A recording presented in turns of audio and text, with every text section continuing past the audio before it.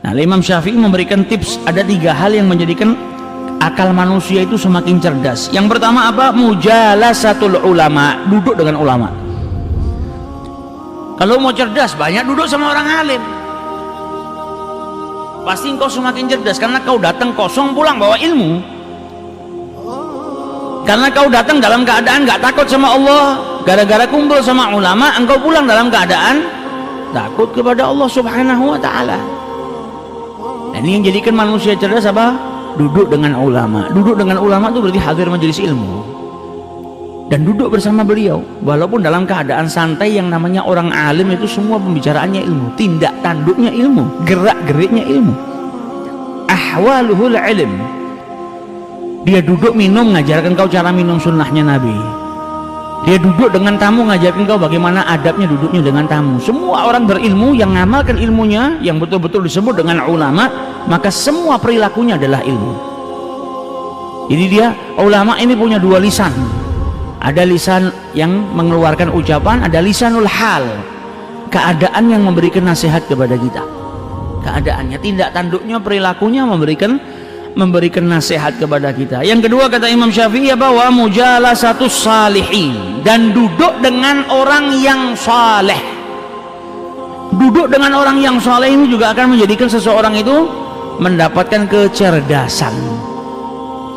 Duduk sama orang yang saleh.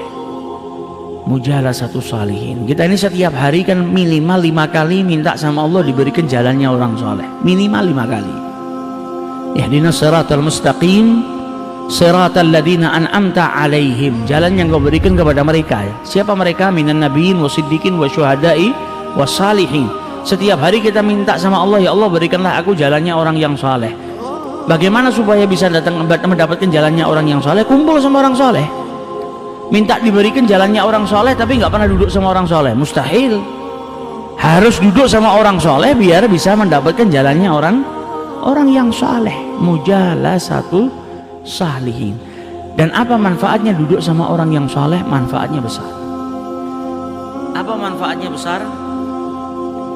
Kita ini kalau duduk sama orang yang berhasil, ada pengusaha muda dalam usia 25 tahun, misalnya dia sudah punya sekian banyak perusahaan, penghasilannya 2-3 miliar dalam sehari.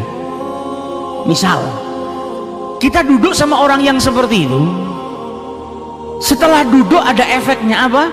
Efeknya kita menjadi semangat, kepingin ini orang saja bisa kok, kenapa saya nggak bisa?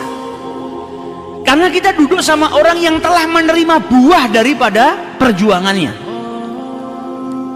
Kita duduk sama orang yang kerjaannya apa? Main sepak bola. Kita sama pemain sepak bola terkenal lah. Pemain sepak bola terkenal ini ada yang digaji setiap detiknya 16.000. 1 jamnya sekian ratus juta, 1 harinya miliaran. Minimal kita punya hayalan. Coba saya dulu ngambil sepak bola. Jadi pemain top, tidak perlu kerja susah-susah, saya bisa dapat ratusan miliar dalam tiap bulan. Minimal ada keinginan untuk jadi seperti dia. Kenapa? Kita sudah melihat hasil, thamarah, buah daripada usahanya.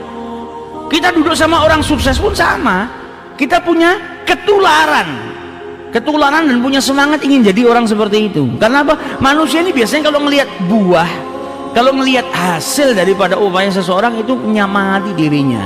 Nah, tujuan kita duduk sama orang soleh, kalau kita duduk sama orang soleh kita sudah melihat thamaratus saleh, kesalehannya ini, buahnya kita sudah lihat. Minimal apa? Minimal kita dapat manfaat, kita kepingin jadi seperti dia. Gimana caranya orang ini kok bisa dapatkan ketenangan dalam kehidupannya? Gimana orang ini kok bisa khusyuk ketika sholat kepada Allah subhanahu wa ta'ala? Itu manfaatnya kita duduk sama orang-orang yang soleh. Sebagaimana kita duduk sama bisnismen yang depan kita sudah nyata dia dapat punya perusahaan banyak, punya penghasilan yang banyak.